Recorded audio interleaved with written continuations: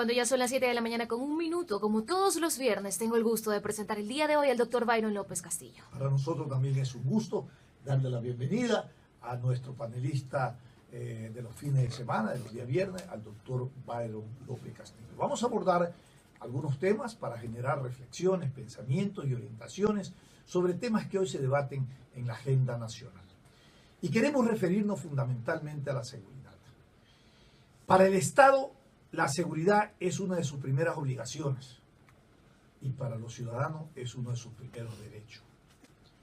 Y la Constitución establece la responsabilidad y obligatoriedad de que se debe proporcionarle a los ciudadanos un estado de paz, un estado de seguridad para que puedan realizar sus actividades con normalidad.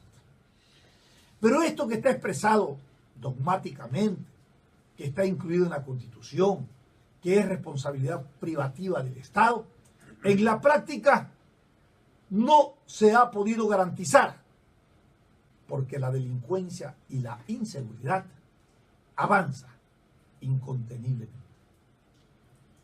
Y por cierto, se hacen muchos esfuerzos de distintas vertientes de acción política, de roles de la sociedad ciudadana y de rol del Estado para frenar la delincuencia. Sin embargo, como es un problema social estructural, la delincuencia, casi poco o nada han servido las previsiones que se han tomado para frenar la delincuencia.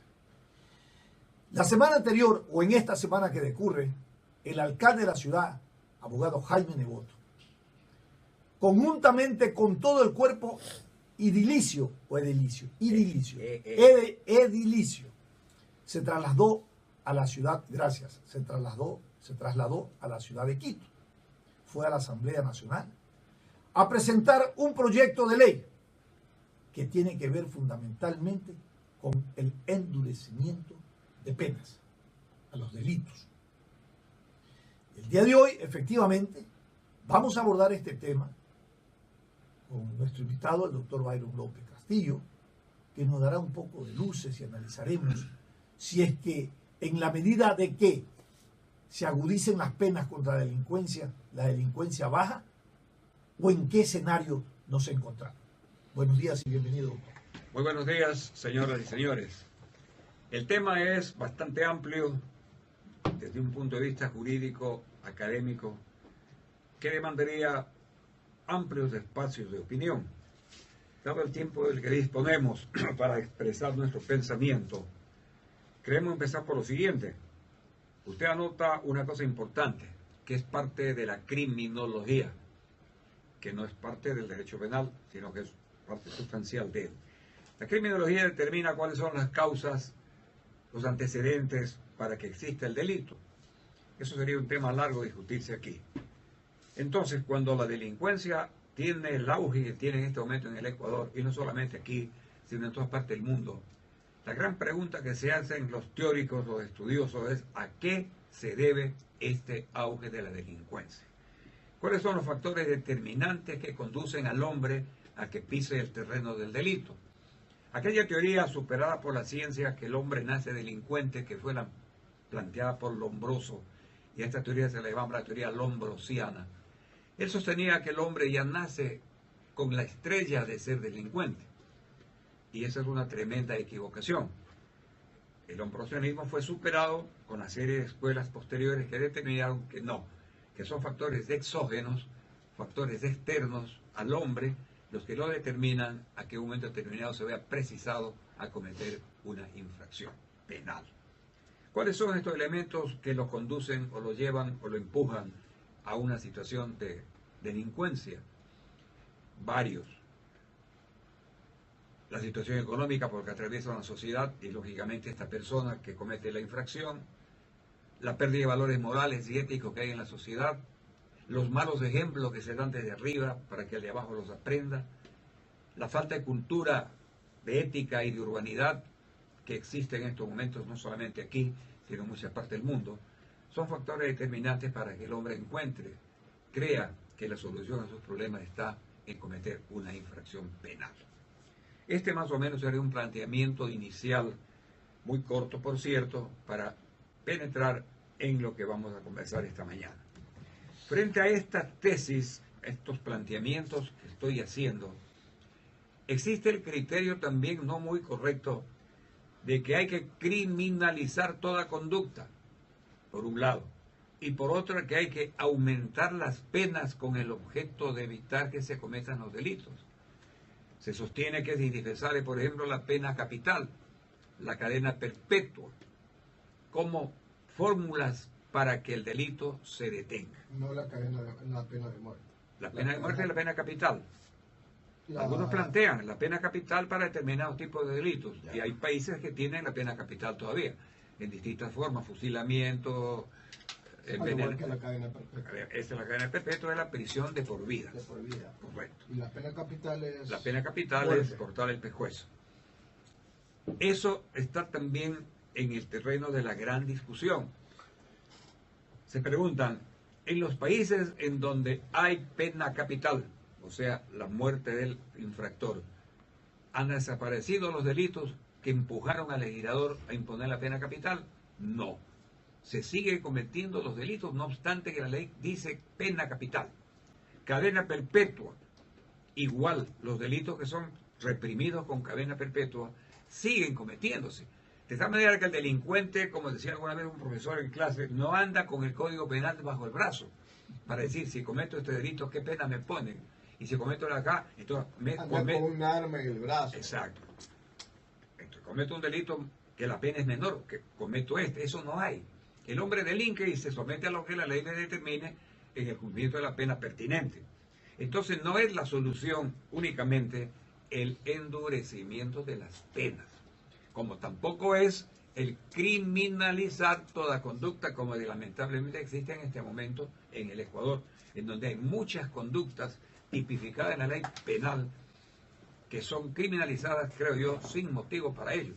Hay un grupo de abogados aquí en Guayaquil que estamos empeñados en, siguiendo el ejemplo del alcalde de Guayaquil, que voy a permitir, hermano, luego sobre este tema, en hacer conversatorios con gente entendida en temas penales para aportar ante la Asamblea y ante la opinión pública cómo es que debería orientarse este tema criminológico de la pena y de la delincuencia. En el Ecuador, por ejemplo, fue un caso que alarmó lo que se denominó el secuestro express, ¿verdad? El secuestro express ya estaba determinado en el Código Penal con el nombre del delito de plagio. Todavía el plagio, que es cuando uno se apodera de una persona con el objeto de sacar de ella alguna utilidad económica o de cualquier naturaleza, se la plagia. Plagio también es cuando se copia algo ajeno, pero en el campo penal el plagio es eso. O sea que ya estaba tipificado el plagio, porque se tipificó como nuevo delito el secuestro. Se le cambió el nombre. Y se le puso secuestro express, cuando express es un término inglés. Y la crítica que hicimos oportunamente es que la Constitución establece que el código, la ley, que el lenguaje nuestro, el idioma, el español, no podía aplicarse una palabra inglesa para decir secuestro express. Y lo importante que viene el análisis que estoy haciendo es lo siguiente: cuando se tipifica este secuestro express y se pone la pena que consta en el código, los medios de comunicación salieron a las calles a preguntar a la gente qué opinaba respecto a esta nueva actitud del legislador al haber tipificado el secuestro express para detener esta ola de secuestros. Y se me grabó en la mente la frase de una señora de cierta edad que cuando le preguntaron, ¿usted qué opina frente a esto? Dijo, yo ahora sí voy a salir tranquila a las calles, creyendo que con el simple hecho de haber puesto secuestro express y ahí va a terminarse este tipo de delito. Eso no es así. Entonces, ¿qué es lo que hay que hacer? El legislador ecuatoriano, lamentablemente, con las excepciones de toda regla, no está capacitado para entender este tema en la Asamblea y por lo tanto no tiene la capacidad jurídica para poder aportar con conceptos jurídicos, penales, criminológicos, etcétera, a una verdadera actitud frente a lo que pasa en el país, concretamente con la delincuencia. Ojalá llegue el instante en que para ser legislador se necesite por lo menos tener un título de algo. Ahora no se necesita nada. 30 años de edad, 25 años de edad y listo. Y ahí no hay experiencia, no hay conocimiento, y ahí tenemos los resultados fatales de una asamblea que ni legisla ni fiscaliza, que es otro tema.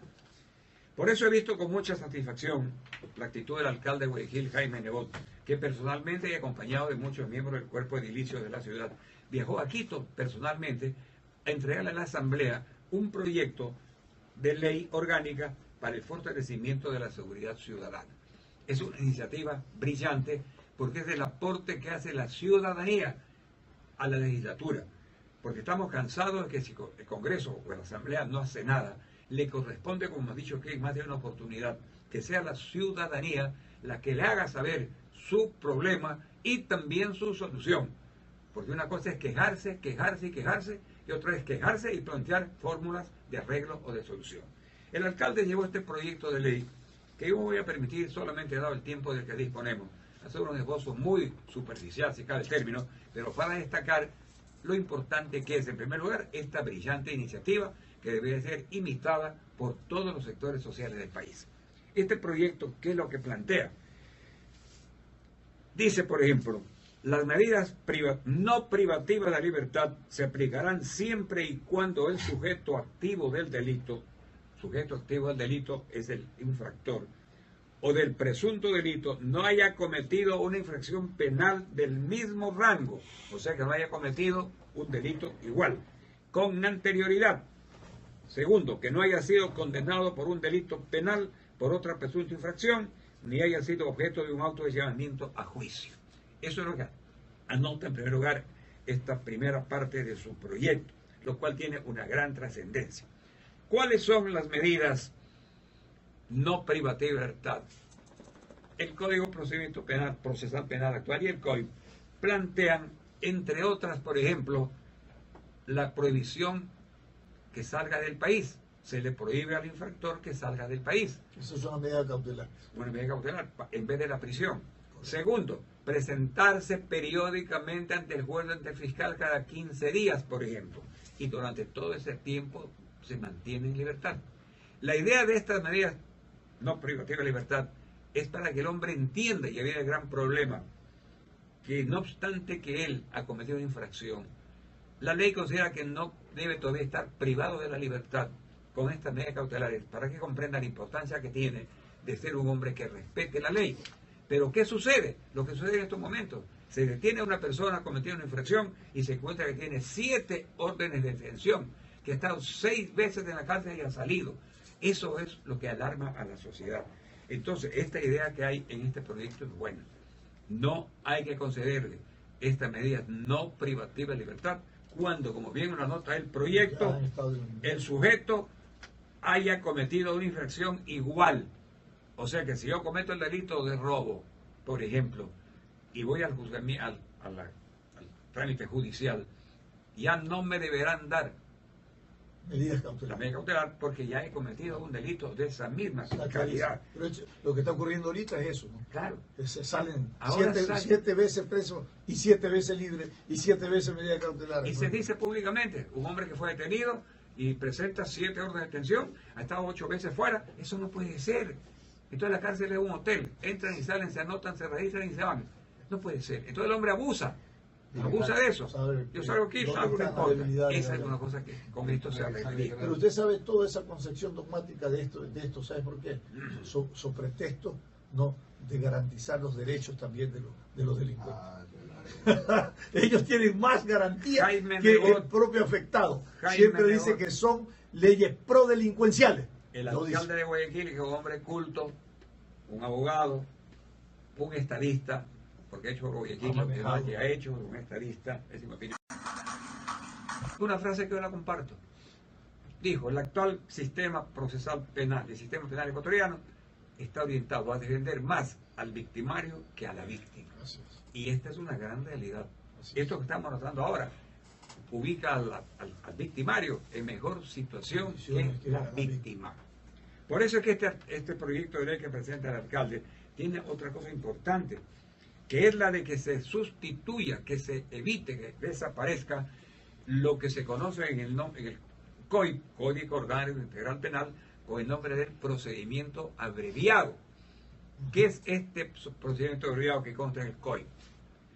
El fiscal, que es el que acusa, tiene la capacidad legal dada por el COI mediante el procedimiento abreviado, conversando con el victimario, plantearle al juez el procedimiento abreviado.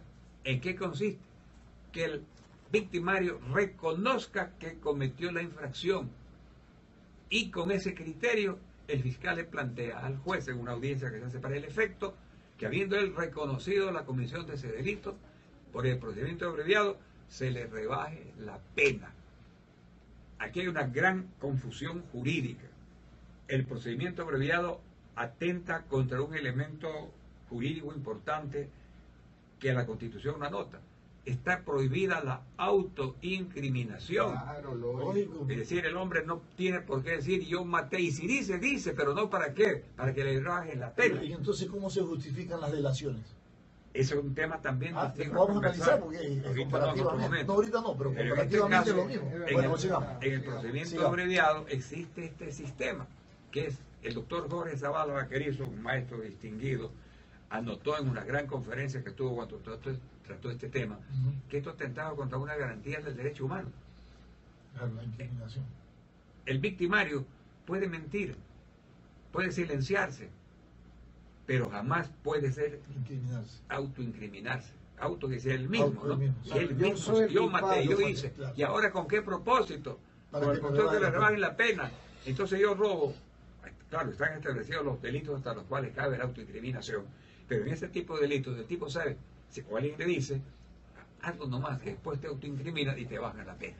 Con ese criterio, este proyecto de ley tiende a que eso desaparezca de nuestra legislación penal, qué bueno. por esta consideración que estoy haciendo, que la encuentro muy acertada y respaldada en aspectos de carácter dogmático, como este de no autoincriminarse. Se refiere al procedimiento abreviado. Ese es el procedimiento abreviado. Eso debe desaparecer. Yo estimo que sí, por la anotación Y así que acabo está en de el hacer, proyecto y que ha así lo nota presentado el proyecto. Jaime Nebot. Luego, la Constitución de la República dice que cuando la prisión preventiva haya pasado más de 6 meses en los delitos reprimidos con una prisión de hasta tanto, y 1 año cuando la prisión, la pena sea de más de ese tiempo determinado por la ley, caduca la prisión preventiva.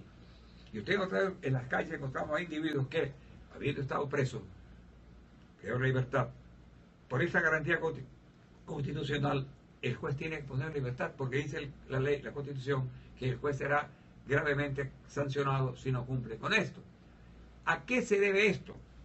La Convención Interamericana de Derechos Humanos, cuando trata del tema de la privación de la libertad, dice que no es correcto que un hombre permanezca privado de libertad mucho tiempo para que a lo largo de ese tiempo de pronto le digan usted no tiene nada que ver, es inocente, salga. Pero ha estado preso 1 o 2 años, que esto ha sido un sistema muy común acá. Y nadie le indemniza ese tiempo que estuvo preso, privado de libertad. Perdió su cargo, perdió su familia, sus amistades, sus relaciones sociales. Y no era culpable. Y no resulta ser inocente, pero estuvo privado de libertad mucho tiempo, hasta tanto se pruebe.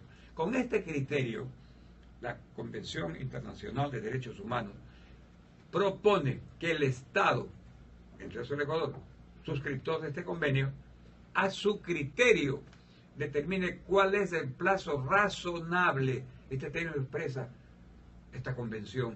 El plazo razonable que para ese Estado debe ser el que una persona permanezca privada de libertad sin que todavía tenga una sentencia condenatoria. Un plazo razonable. ¿Cuál es aquí? ¿Qué quiere decir eso? Que le da al Estado la posibilidad de que él escoja ese plazo. Y aquí en el Ecuador, pues en 6 meses nadie está condenado. En 1 año nadie está condenado. ¿Cuál es el plazo ahora, ahorita? eso habría que estudiarse. Que todavía no tenemos plazo. Está vigente la Constitución en el mandato, Sí. que a los 6 meses ya. el individuo sale, o al año según el tipo de delito que cometa. En 6 meses. Para el Ecuador el plazo razonable fue 6 meses o 1 año, lo cual es inaplicable dada la idiosincrasia de nuestro sistema procesal penal, en donde lamentablemente la justicia es muy lenta y ahora es mucho más lenta por una serie de factores que podrían anotarse más luego o en otra oportunidad. Pero el sistema oral no contribuye a esa El rapidez. sistema oral ayuda, pero no alcanza en los 6 meses una persona a tener una sentencia condenatoria ejecutoriada, que en otro caso puede ser ya condenado en la primera instancia, pero tiene la apelación y tiene la casación. y hasta tanto no haya una resolución en firme, el tipo está todavía con la orden de prisión que pesa sobre él desde el momento en que ingresó a la Y a los cárcel. 6 meses tiene que Está dejar fuera, de y hay libertad. mucha gente que está fuera. No, y Por tam- eso mi un buen criterio dice que es más favorable a la legislación a la victimario Claro. que a la víctima. También este proyecto del alcalde Nebot del municipio de Guayaquil plantea que no debe haber caución. ¿Qué es la caución? La caución es otra medida cautelar que en vez de estar privada de libertad mediante la entrega de algo que puede ser hipotecario, en dinero, etcétera, el hombre entrega en garantía, una garantía a la caución, Para ¿no es tener la cierto? libertad. Para obtener la libertad. Y plantea él con buen criterio que la caución tampoco debería concederse para tipos de delitos como los que están pasando en este momento, que son el secuestro, la violación de menores, todos estos delitos, Sicariato. el sicariato, todos estos delitos que tienen conmocionada a la sociedad ecuatoriana. También él sostiene que la reincidencia debe ser incrementada en la pena. ¿Qué es la reincidencia? Hasta el 100%. La reincidencia existe cuando un tipo, una persona cometa un delito teniendo una sentencia condenatoria por otro delito que cometió. Ahí hay reincidencia. Si yo cometo un delito ahora, pero no soy todavía, tengo una sentencia condenatoria y mañana cometo otro delito, como no tengo sentencia ejecutoriada, no soy reincidente. Tiene que haber reincidencia el momento en que se cometa una nueva infracción, habiendo de por medio una condena ejecutoriada. La reincidencia actualmente tiene un aumento de la pena muy poca. El proyecto que presenta el alcalde Nebot dice que se debe sancionar la reincidencia con el 100% de la pena. Claro, es igual el mismo delito. Claro, Es el doble de lo que fue por el delito que cometió. Eso se llama acumulación de pena, pero eso no, No, está acumulación contemplado. de pena es cuando se suman ya dos se- penas ya, para que eso hay ahora hasta 40 años. hasta 40 años, claro. Acá no, acá se trata exclusivamente cuando se trata de la reincidencia. O sea, que si tengo yo a 12 años yo condenado y vuelvo a reincidir con la misma tipificación del delito, Le ponen- 12 años más. así es. Sin bien. bonito a fianza. Muy Claro. bien. Bueno, No, que no, esos no son delitos. no, la susceptibles fianza de está fianza. determinada en la ley para determinado tipo de delitos, no para todos cada caución. Pero el proyecto del alcalde dice Para los casos en además que- no se admita fianza. Que no Para los permita casos fianza, que- En correcto, el caso eso. de la reincidencia duplicada. No, pero en el caso penal no. Hay un aspecto Ahí no hay. importante en el proyecto del alcalde de Guayaquil. Es el que se refiere a la facultad que le otorga el COIP al fiscal mediante lo que se denomina el principio de oportunidad. Es decir, que el fiscal, amparándose en este principio de oportunidad, puede no llevar a la indagación previa un determinado tipo de delito. Principio de De autoridad. oportunidad. O sea, que es No discrecional se del aleje juez. mucho del micrófono, doctor, porque no se Doctor, escucha. o sea, que es discrecional del juez. Del fiscal. Del fiscal. Pero Si el entonces, fiscal estima que no, él no avanza en la investigación. Eso está determinado el COIP con el nombre del delito, el principio de oportunidad. Y el proyecto del alcalde Nebot plantea lo siguiente: la facultad del fiscal de abstenerse de iniciar la investigación penal tampoco debe proceder en los casos de los delitos de secuestro en sus diversos tipos, delitos contra la inviolabilidad de la vida y delitos de robo. En estos perfecto. casos, En esos dice el casos, proyecto, tiene que la acusar. investigación fiscal tiene que hacer la se investigación. ejecutará a través del Sistema Especializado Integral de Investigación, Medicina Legal y Ciencias Forenses, el cual deberá reportar en forma inmediata al respectivo fiscal sobre la marcha y resultado de la investigación. En todo caso, las víctimas del presunto delito no serán perjudicadas por la inacción investigativa. Qué bueno. Esta es una facultad que le concede el Código de Procedimiento Penal, el COIP, al fiscal en una forma totalmente inoportuna, no obstante que le llaman de oportunidad. le dan ahí la facultad que Pero si él cree, pero es discrecional entonces. discrecional. En todo lo que es discreción Así en es. la administración de la justicia es corrupción, pues. Así, correcto. ¿Dónde Le dan al se convierte fiscal corrupción? esa gran facultad. Es ahí donde tú dices, ¿sabes qué? No te voy a acusar y Claro. listo. Abusa de esa potestad. Abusa de esa potestad. Bueno, doctor, Y esto es hemos una hecho- reforma al COIP, ¿verdad? Claro, Es que va a para haber una terminar nueva- esta pequeña conversación, queda en el tapete una serie de aspectos. bueno, pero hemos analizado lo fundamental. Tal Sí, vez el viernes creo podríamos yo. completar, ¿no es cierto? Lo que cabe ahora es que esta idea del alcalde sea respaldada por la ciudadanía, por los Eso es gremios de importante. abogados, de los propios jueces fiscales, De la academia. de toda la sociedad de la academia. Fiscales, Y todo. principalmente de los asambleístas. Que Y son los de- que van a- Y de los medios de comunicación, Ojalá, analistas y de los como medios de usted, comunicación. que hoy estamos aportando Los medios de justamente al comunicación. esclarecimiento, Hay un conocimiento y alcance de Porque este ya proyecto. escuché por ahí a un asambleísta que dijo, no, ese proyecto del alcalde le vamos a dar la Será firma, tratado igual que los otros, cualquiera". igual que los otros que han presentado. Ese ¿Qué me da a legislador entender eso? Bueno. debe ser un buen guardameta, no más allá. ¿No es Muy cierto? bien, así es. No Esa podemos es la- esperar a más. Entonces Ah. queda planteada una gran inquietud que ha sido recogida en este programa Me parece para bien. respaldar la iniciativa brillante del alcalde que fue personalmente, para que no digan que mandó por correo y no Oiga, llegó y esto, a entregar este para proyecto. terminar, y esto es la primera vez que ocurre desde la Así es, ciudadanía, así porque es. el cuerpo edilicio no representa todo el valor democrático que han sido elegidos cada uno de ellos y que evidentemente pues es la ciudadanía que está presente. Así es. Gracias por haber estado con nosotros. Está en consideración de ustedes todo este análisis del proyecto que ha presentado el alcalde de la ciudad de Guayaquil, abogado Jaime Nebot, en la Asamblea Nacional. Gracias a nuestro panelista, el doctor Byron López Castillo. Lo que continúa en nuestra programación habitual es Fernando